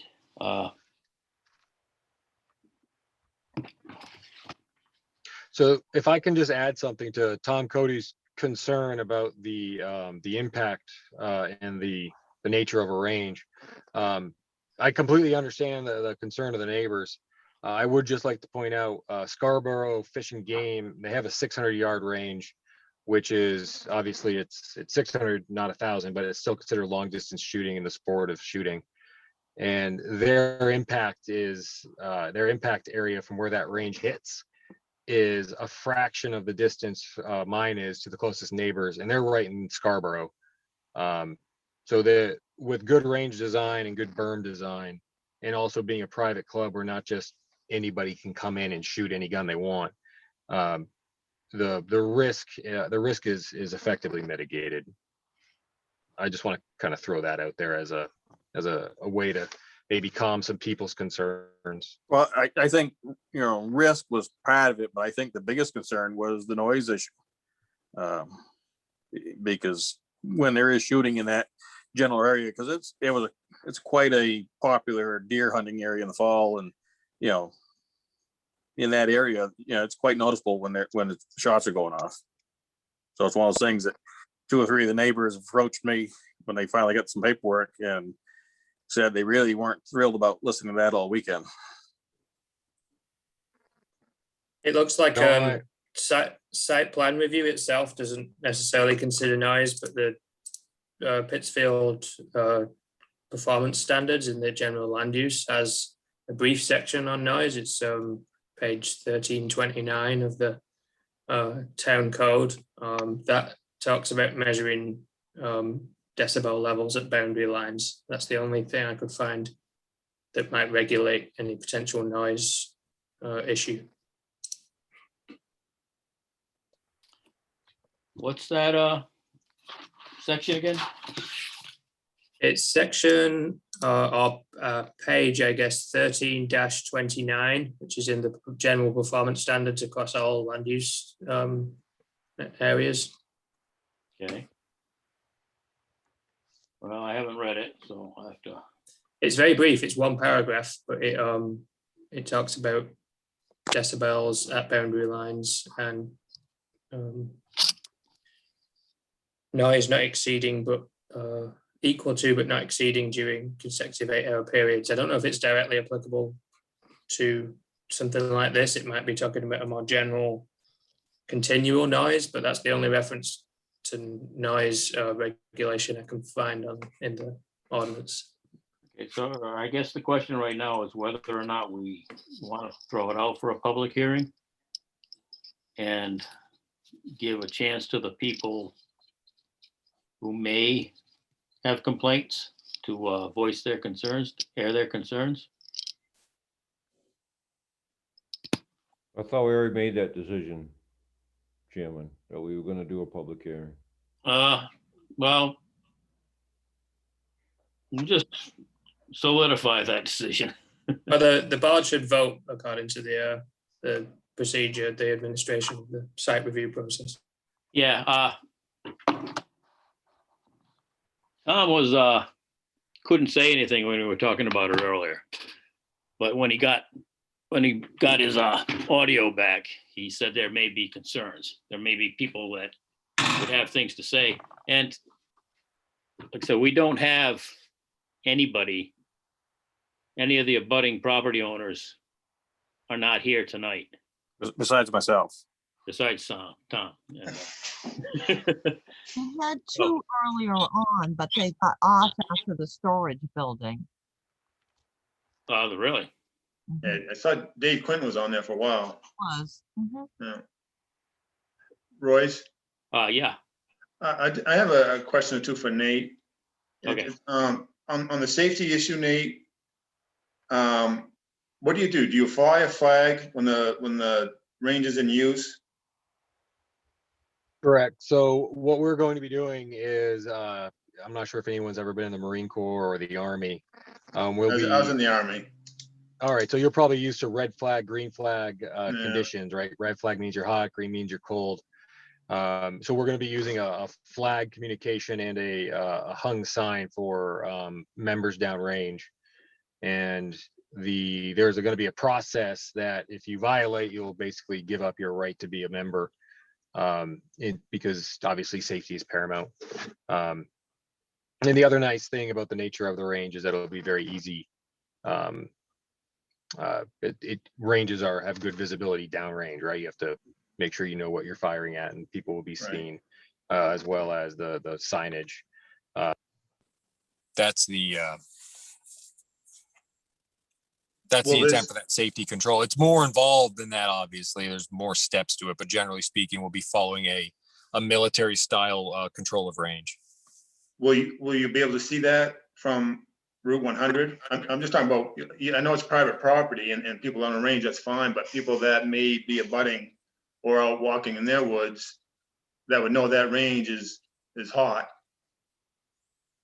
other than the shots going off. So the range flag would be up at the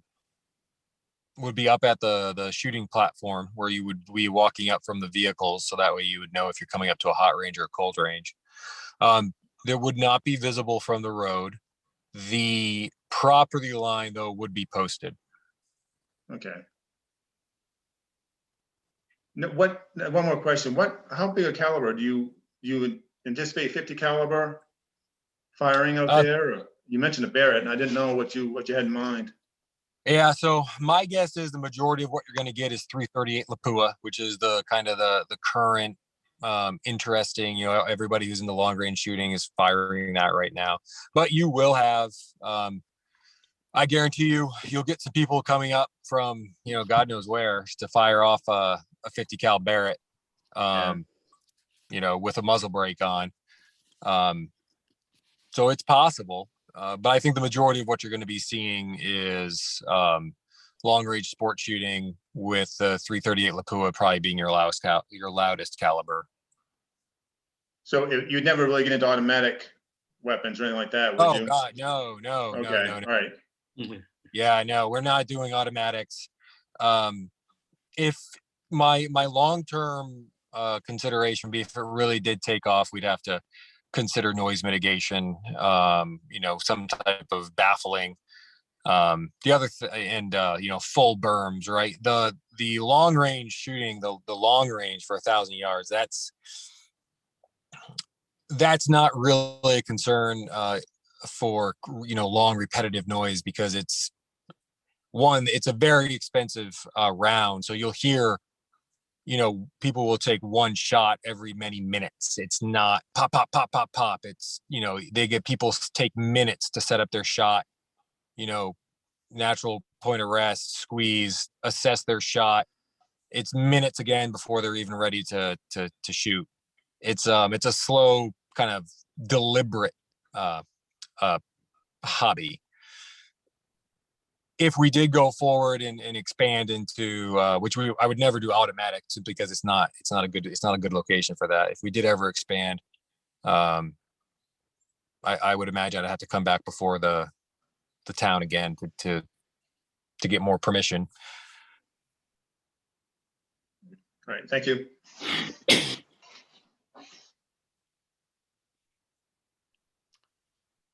Okay, I forgot where we were.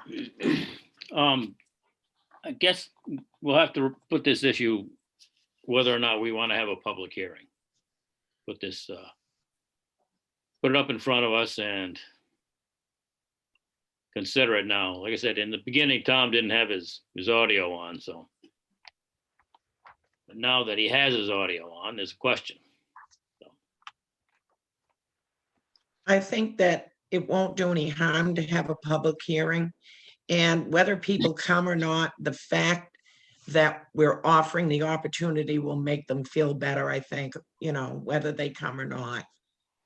And if they do come, they'll have a chance to hear, what the plan is, and that'll help mitigate their concerns, I think, too. Anybody else got anything to say about it?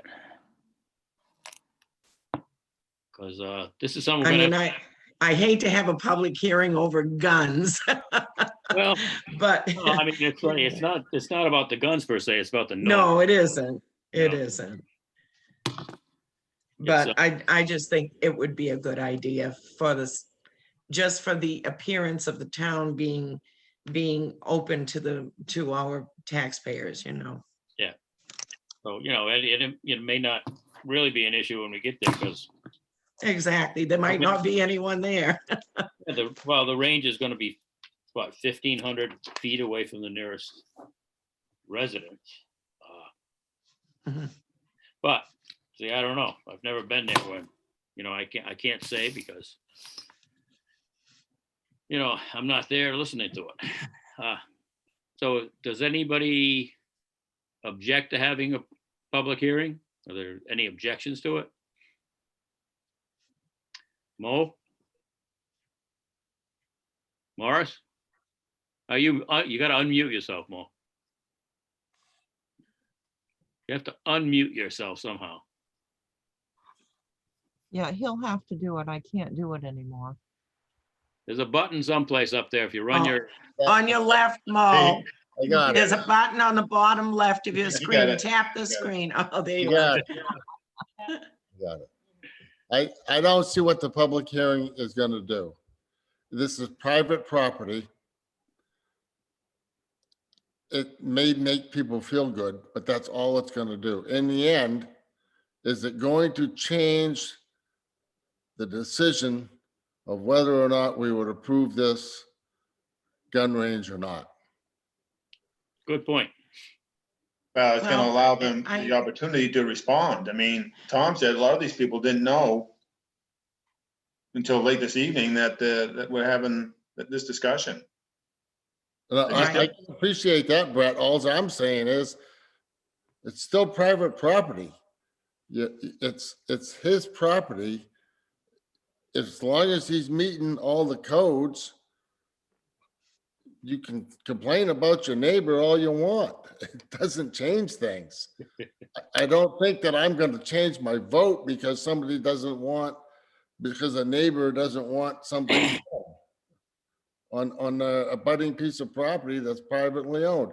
If this was town property with taxpayers' money, then I think it's appropriate to do a public hearing. But this is a totally different animal, the way I see it.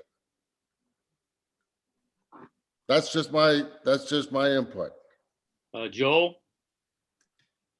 A public hearing does give the voters or any member of the public the opportunity to argue that the standards of the ordinance are or are not being met. So, which is what the planning board has to do essentially, is make sure that the standards of the ordinance that this is being reviewed under are met, and not necessarily that there's no negative effect to the town or abutting property owners, and people should have at least, I mean, in good practice, people should have the right to make those arguments before the board.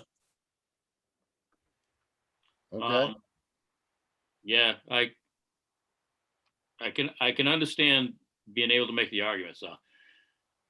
And I know what you're saying, Mo, it may or may not make a difference. Their argument might not have any weight, but at least it gives them a chance to say so. It doesn't make us look like we're just like totally, oh, we don't Insensitive. care. Yeah. Well, I mean, yeah. are we gonna look even more insensitive when they come and they make their arguments and we still vote and say, yes? Well, that's happened before. No, That's I absolutely- agree with that. I agree with that, Mo, but on the other hand, I think that they'll hear some things, maybe they've got concerns that will be put asleep, put away, just because someone will answer some of their questions. Okay, Yeah, so, So if I can kind of add my 2 cents here, I don't want to fight with any of my neighbors at all. If Right. and I completely understand, it's private property, it's a private venture. There's really whether or not what people come and say may or may not change planning board members' opinions. But I'm all for attending a public meeting and answering my neighbors' questions to the best of my ability in order to let them know that it is a safe enterprise. There's risk mitigation factors that could come into play. And it's not just any Tom, Dick, or Harry off the street that's going to be coming up with automatic machine guns and, firing off into the Right, sunset. right, So- because they'll imagine the worst if they're worried, you know.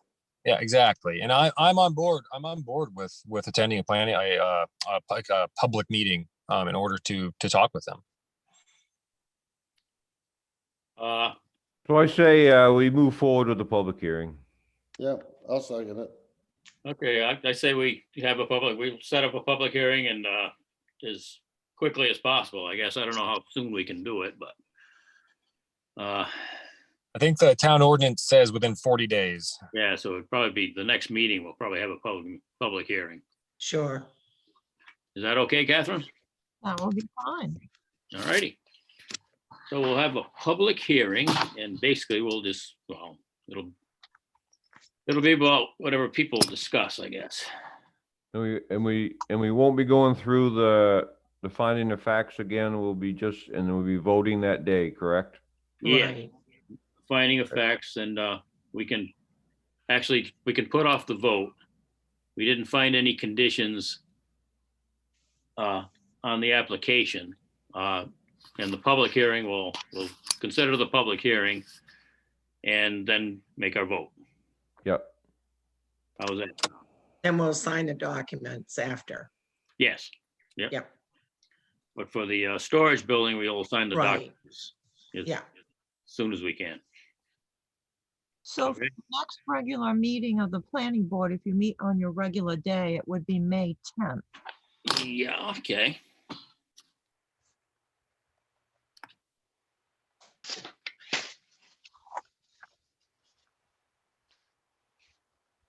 Yep. May 10th. It's on my calendar already. Okay, so Nate, that's I don't know if you got any satisfaction out of that, but that's how it went. No, that's great. It was actually the opposite. I thought the self-storage unit was gonna send people to the wall and care about the gun range. So you never know. You never know. Yeah. I figured that the self-storage, because it is a building, sometimes they get a little finicky because. Yep. Is it too early is it too early to make a motion that we adjourn? Well, let me see, old business, HEP Energy. Oh, yeah. Good try.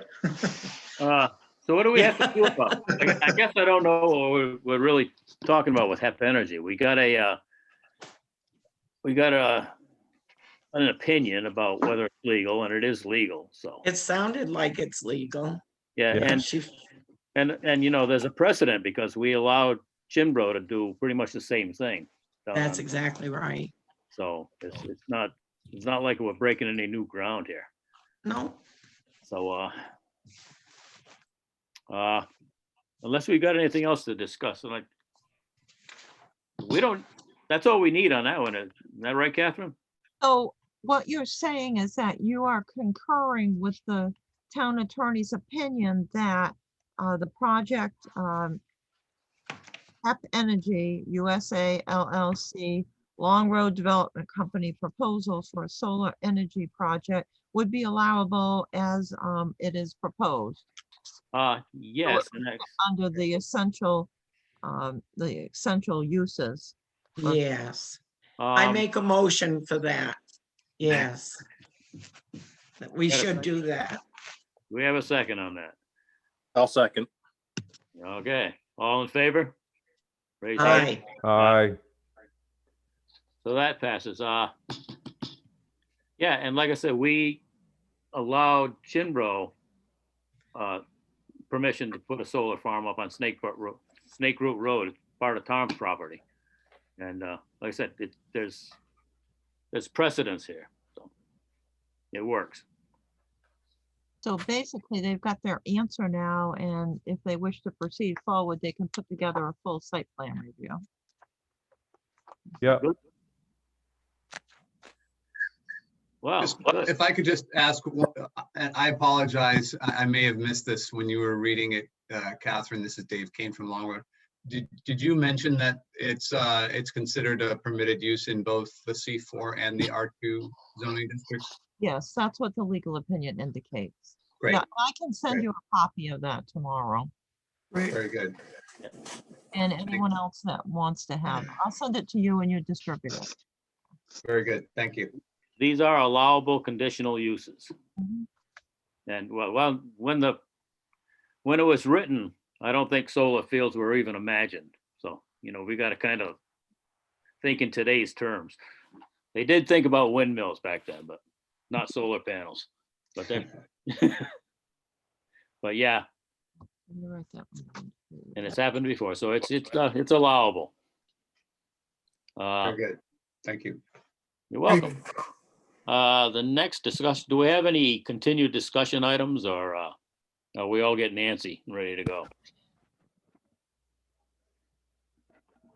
I did not prepare any further information for you on subdivision ordinances because I feel I've given you enough. Maybe Yeah, too we did. much information. And I think, outside of, Joel did a real good job of presenting it. I think it agrees with what we have to have in it. Maybe there's a little bit of tweaking of language here and there, but I think the big deal is just trying to get people to develop.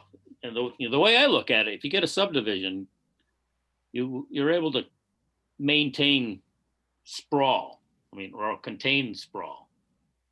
Without a subdivision, people are just, they can go anywhere and do anything. But if you happen to have a subdivision already set up, then you can control it. And I think that's probably one of the big items behind our comprehensive plan, is trying to contain a sprawl and direct the building in the town. Anything else anybody's got to offer? I make a motion that we adjourn. I'll Okay, second that. all in favor? Aye. Okay. I tried my best. I don't know how well I did, but Catherine, I do have a question there. Are we gonna just continue with our meetings through Zoom, or are we gonna come back into the town hall? Right, so in May, you'll be past the town council's decision that the meetings would all be by Zoom, so it will be entirely your decision. The pros of that, you can get a lot more people on here. It's an awkward format, but I think all of you are learning how to use it. So as you saw this evening, we had 19 people on here. That's a little abnormal. We can't fit 19 people in the room. You can only fit in 4 to 6 depending on the setup. So we're gonna have to, if a lot of people come, we're gonna have to line them up and keep them 6 feet apart. So that's gonna be the issue for a public hearing in the council chambers. It's a wonderful room, but with the 6-foot distance and the number of all of you, we can cut out myself if Joel runs the meeting, and he does Zoom really well, so he can do that. So we've cut down one person. Yeah, I think personally, if we don't have the meeting in town for, public hearing, things won't go over well. Well, I think I think what she said though, but if that's the case though, that not everybody will be able to come into the chamber anyways. Well, Well, aren't they talking about a 3-foot distance by then? No, it's still 6 feet. The 3 feet, Okay. I think it's for children in school, and I haven't heard of that at regular buildings as of yet. Hmm. Yeah, me either. Okay, so the administration, the town administration really is looking at keeping the Zoom meetings. You move can it do it forward. either way. It'll be your decision. It'll be a little different on the meeting. We can line the people up 6 feet apart to come in the room and then have them, once they speak, leave. People may not like that, but that would get all of your speakers in if you have multiple people. So the other option, which may or may not work, is to make sure that everybody that's on that abutter list has a link, Right. join the meeting. And that should be by, you know, to make it known to them where that link is so that they can just click on it, because that makes a big difference. We can work on that, as long as we can get in contact with them. We can do a little write-up that goes in with the public hearing notice that explains where to go. And we can send it to them. I have for the council meetings, you know, lists of people that I know are going to come. So I just send them the link. Mhm. But for the planning board, it would be a little bit more difficult, but we can put a Right. write-up in that I put in for council items for the planning board. That'll make it easier. Okay. Yeah, it's never fun to try to type out that whole thing. Well. Well, Well, it sounds like, Tom, sorry, buddy, but it sounds like we're back to Zoom meetings next month too. Yeah. I would just like to see that everybody that wants to have a chance to speak and put their input in can do it. So, Yeah. and I realize And- not. and- I'm sure that anyone who doesn't, if there's anyone that doesn't have a computer or doesn't know how to do it, they have a neighbor that does, or a friend, you know, where they'll be able to, As long as they find a have way enough, in. they should have enough advance notice. right, exactly. Yeah, So- we will with this. If we had a meeting in 2 weeks, it might have been more difficult. So I wanted to ask Joel, you did some big public hearings up in Madison. Those worked out well, didn't they? Yeah, they worked well enough, I guess. I can't speak to if people had any issue with them or getting onto them, but as long as it's, you know, all best efforts are made to give everyone the accessible link. I mean, technically that's the best we can do in these circumstances. Of course, people can also submit written testimony that they might want entered officially onto the record with either concerns or questions that could be relayed as well. But is it well? So yeah, I mean, I think as long as everyone's given enough time and enough, and it's clear how they can, you know, access the public hearing, then that's the best we can do, I think, given the, you know, the physical constraints of the town council chamber. Yeah, trying to get Catherine, maybe in the announcement, you could give that option that they could send letters to the town office or, you know, in charge of the planning board. trying to get another location is very difficult because most of them are tied up. No, Or they right. have restrictions because of COVID. Yeah, I think another location, yeah. My thought would be then we'll just stick with the Zoom and keep learning.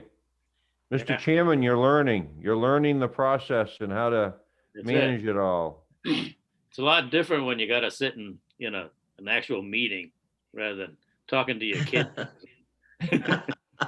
You're doing fine, Royce. Thanks, thanks. Believe me, I prefer not to do these, but yes, we.